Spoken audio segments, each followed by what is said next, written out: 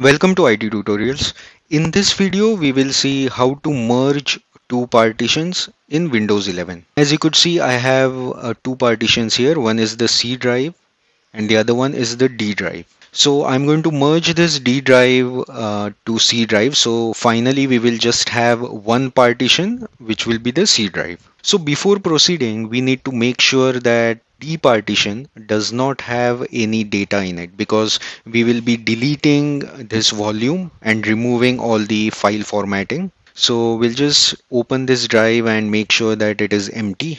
Now to merge the partitions, right click Windows logo and go to disk management. Then on the D drive, right click and select delete volume. So it will give you this warning message that you need to back up any data before deleting.